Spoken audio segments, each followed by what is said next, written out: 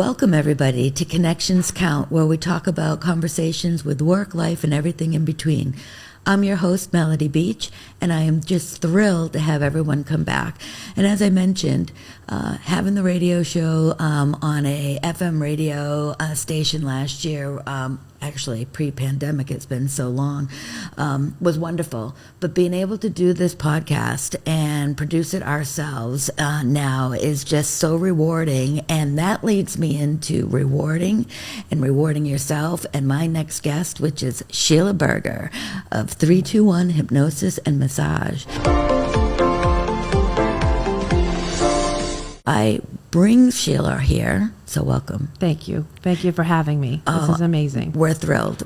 I'm just thrilled to have you. The team's thrilled to have you here. And we're going to talk about connections and how you connect with your clientele, but also how your services connect with the community, right? And all the wonderful healthy, rewarding achievements and accomplishments that can come out of that. Oh, yeah, for sure. Right? Yeah. So, first of all, let's tell the listeners how you get to where you are.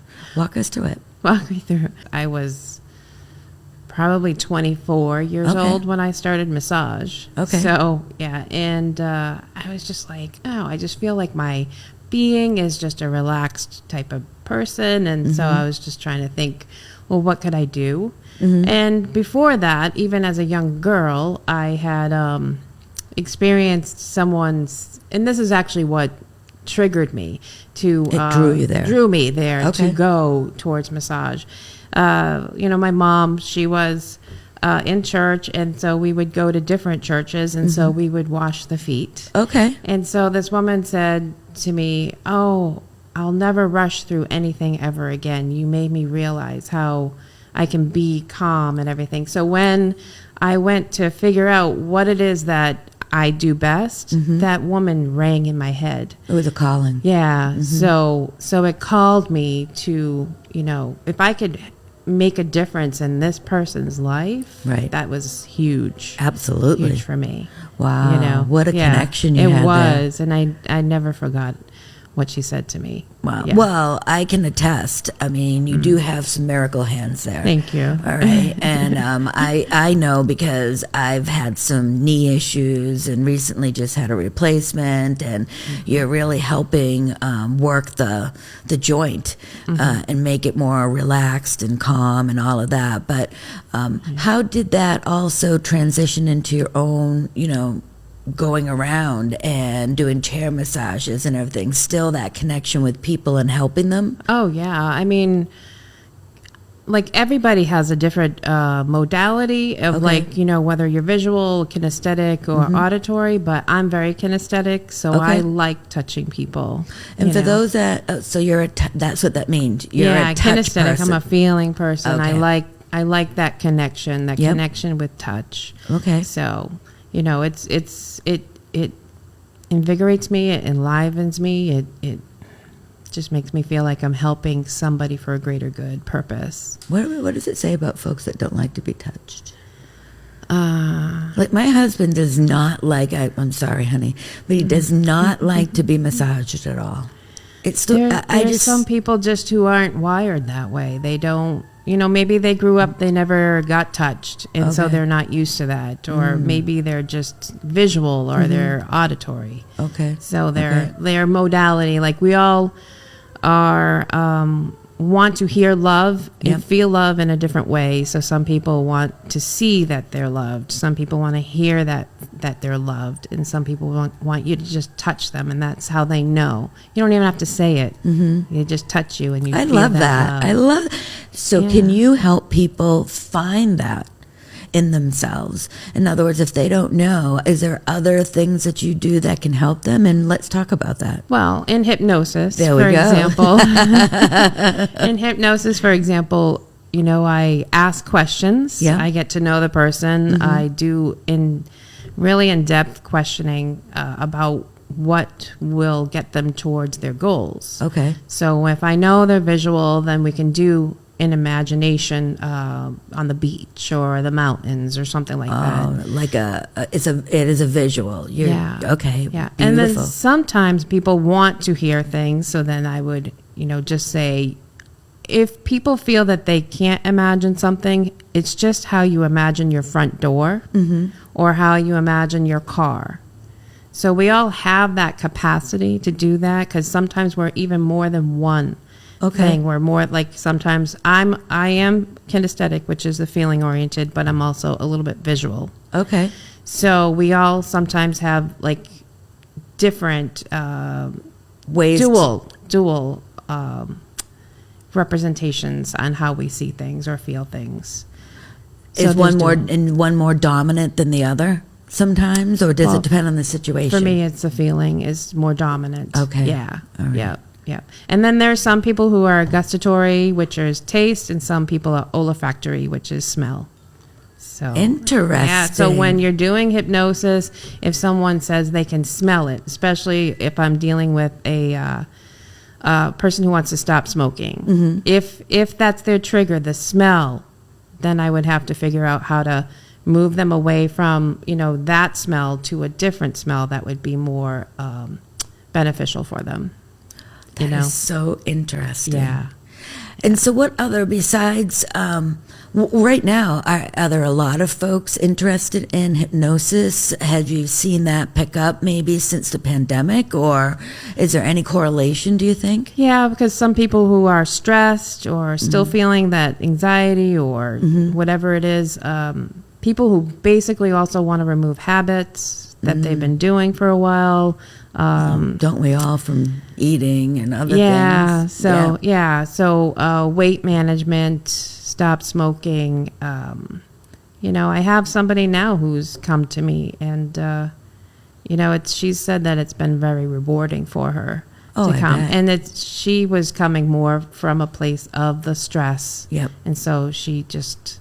Well, it was a period of time that was very stressful, and it still is. It is. You don't know if you're going to get the new variants or not get the new variants. Anytime you get a sniffle, you're worried about it. I myself, going in for surgery, I was worried all the way up to it, because obviously if you get sick, they're not going to, no matter what it is, never mind COVID, they're not going to do the surgery, right? Yeah. Then the minute you have the surgery, then you get a cold. It's like, hello. Oh, boy. But that's okay, right? We're all going to have germs. We're a work in progress. Well, we are a work in progress, right? We we can't be afraid of getting colds. No. We do. It is our way of our body shedding, right? And getting rid of germs that it cannot handle or want, or whatever the case may be, is the way I would think about it. Yeah, and if somebody wanted me to wear a mask, during their treatment or session, I would do it. Of course. Somebody asked me the other day, so it's fine. Yep. Yeah. Well, interesting. Where can folks who would be interested in maybe learning more about these topics, either having a massage, which we're going to talk more about, the differences in those and things like that, but before we get there, how can people reach you? So they can call or text me, actually, 508-868-9015, or you can go on my website, 321hypnosis.com. I do have 321hypnosis and massage.com too, but the 321hypnosis is easy, and there you go. Great. So, yeah. Well, make sure everyone takes that down, because I want you to have that availability. So let's talk about massage. I am a true advocate of massage therapy. I have been for a long time. I think if you can do it, you should do it on a regular basis. I think you'll see benefits from it. And for sure. For sure. Good. On a monthly basis, or every other, whichever. Just if you get there and at least have your muscles worked on and get out any lactic acid that's inside the muscles, and just moving all of the lymph and the blood flow through it helps. And it's interesting, because how many people, I know I've been asked before, is it supposed to be easy? Is it supposed to be, I don't know, not some people soft? Some people think that, you have to have pain in order for you to remove the issue. So to me, that's not exactly 100% true, because I've had Traeger work, for example, where I had woken up with a knee issue going for this session, and the lady took the issue away. I think that the universe had put that knee issue in me for just that one time, right? Just to see that the Traeger would work. And Traeger is just a matter of rocking motions. Okay. And it's really gentle. It's, it's a whole process to be Traeger certified. So I'm not. You'd have to find somebody who's Traeger certified. Okay. But I'm just giving you took the word. Yeah, I was going to ask the question. Yeah, you have to. Yeah, it's a whole process. So, but it works the issue itself, like in a special pinpoint area. No, it's just rocking motion in general. It's just okay. a gentle rocking motion. So that made me realize that I could be gentle. I can rock somebody. Sometimes, we need to be a little gentle and tap the muscle. Say, hey, we're going to wake you now. Right. If I instead of kneading. If I went in directly, yep. And it's like cement. If we did cement, if I pound the cement, it's going to push back at me. If I go in gently, it will allow me to work with the cement. It makes sense. Yes. It does make sense. What other types of massage are there? You talked about this one. Right. So there's Swedish, which is basically just long flowing strokes. Okay. That's basically what it is. Now, there's deep tissue, which is also somewhat slow paced. So getting into the deeper layers of the muscle tissue. Maybe more focused on a specific area? More focused, yeah. Okay. So the difference that deep tissue and Swedish, they're both kind of somewhat similar. It's just that people equate that deep means deep pressure. Correct. And I would agree with that. It's really not, because you can really get deep pressure in a Swedish massage as well. I just correlate Swedish as more relaxing and calming. It is, but it's just a long flowing stroke. Yeah. Well, again, flowing, right? Yeah. So to me, that's calming. It's like a river that's flowing down. I just find it very peaceful.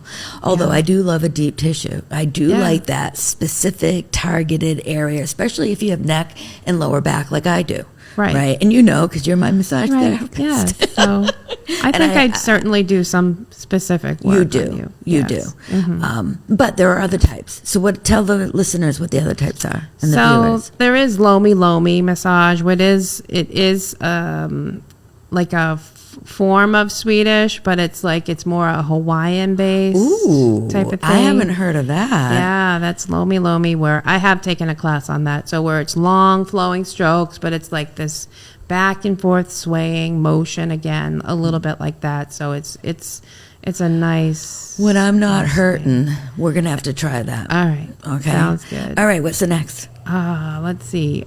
Trigger point therapy. Gotcha. Yeah, trigger points. So we have a lot of triggers. And What about cupping? Cupping, yes. Cupping when you look like you got it everywhere. That's right. Cupping. I do cupping as well. Yes. I do cupping. I would love to know how many of our viewers have ever done cupping. I think cupping is fabulous. Cupping is good. It's a lot like skin rolling. Yes. If someone has ever had skin rolling, it's that same feeling. Okay. As that. Right. And it does, for some, leave marks. Not all the time. Not all the time. No. So and it is kind of funny because when you see people with those little round dots on their backs or wherever they're having their treatment, Yes. you relate right away what it is. So I think that one of the swimmers from the Olympics, I think he had cupping. I think I've seen Michael Phelps and others do it before. Yeah. And I think it's a great way to release, isn't it? Releasing like the fluids in your muscles. I think it's more like somebody's fascia, which holds in all of our, organs and our muscles. Yep. Especially if somebody's tight, super tight, that will soften the fascia itself. Why do folks, and please help me understand, why do folks use lighters? Is it to get a suction? It's to get a suction. There are different cups. You can get the ones that squeeze and then will, take out the air, and then there are ones that do the glass or something. The glass one. That one's not as pliable, so you need a suction to take out the oxygen. I've got to think that massaging in general, but cupping has to go back a long, I mean, yeah. thousands of years. Yes. I mean, it's been around forever. Forever. All right, just like acupuncture. Yes. And again, I would advocate, if people can do it, alternate, or do one or the other, or both if you can, because I think that ancient medicinal type therapy is very good for your mind, psyche, and body. It is for sure. Yes, it's all good. It is. And if you can do it, you should do it. So what else is going on in Sheila Berger's life? What else? Yes. So I am doing, I'm finishing up for my havening certification. Ooh, tell everyone what that is. Havening, it's on the premise of like emotional freedom technique, if anyone has ever heard of that. Okay. So it helps with calming the emotions. So if you have ever had like a dog bite and you're afraid of going near dogs, we can get it activated and then release it. Okay. So it's really, really great because we fire up the neurons and then we do this, havening practice, and we have points in our forehead and our cheeks and everything else that is all throughout our arms and our hands. And if you're ever stressed, you can just kind of like if you're washing your hands, like that feeling of washing your hands, to just do that back and forth movement, and then you can allow. So when you're on your own, right? On your own. So if you think of that, it gives you a technique. It gives you a technique. Right? If you're feeling that stress, just like if you were washing your hands, just going back and forth movement. So do you do that in a group, or do you do it alone, like a private session, one-on-one? I usually do it on a one-on-one session. Okay. So, but you can do it. I've done it in a group session before. Well, that's really interesting, because if you get like a trigger or a hang up, I would call it that, all right? But I know that's not what you're calling it. No. It is a way to release that, to figure out that you have it, because you might not even know you have something that's giving you some anxiety, or the example you gave about being afraid of a dog because of maybe an interaction with a dog previously. I could see that as well. Oh, yeah.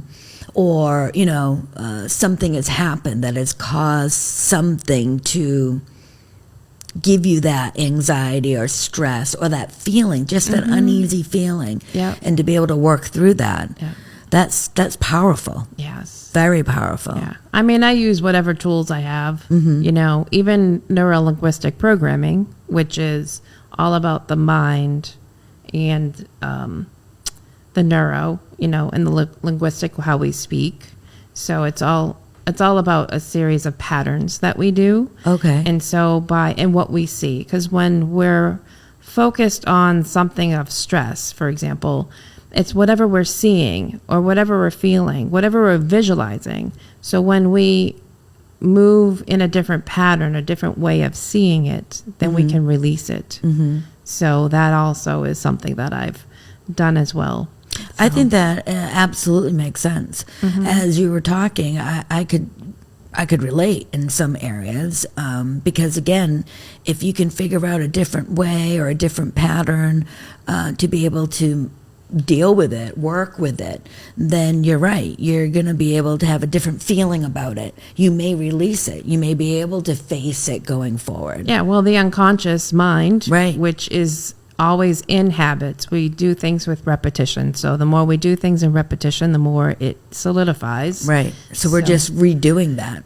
Right. In a way. So we want to perpetuate that new way of being. Right. Yeah. Wow. So, yeah. How interesting. Yeah. And how do you find out about those things? I mean, do you offer that on your website? How would people know that you offer those services?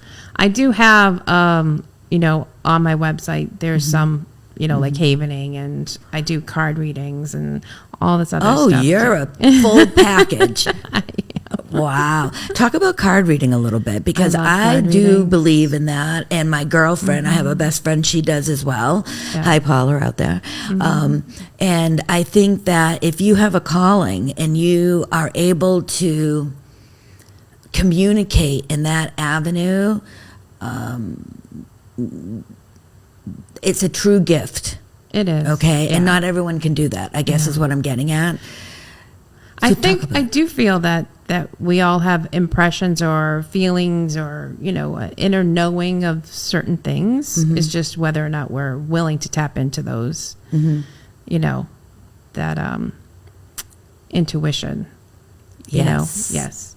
So since I was a young girl, I've had it. I've been interested in it. And so just my feelings, and I do get feelings and stuff like this. So it's, I did a card reading last night. So Wow. yeah. And so her mom came up.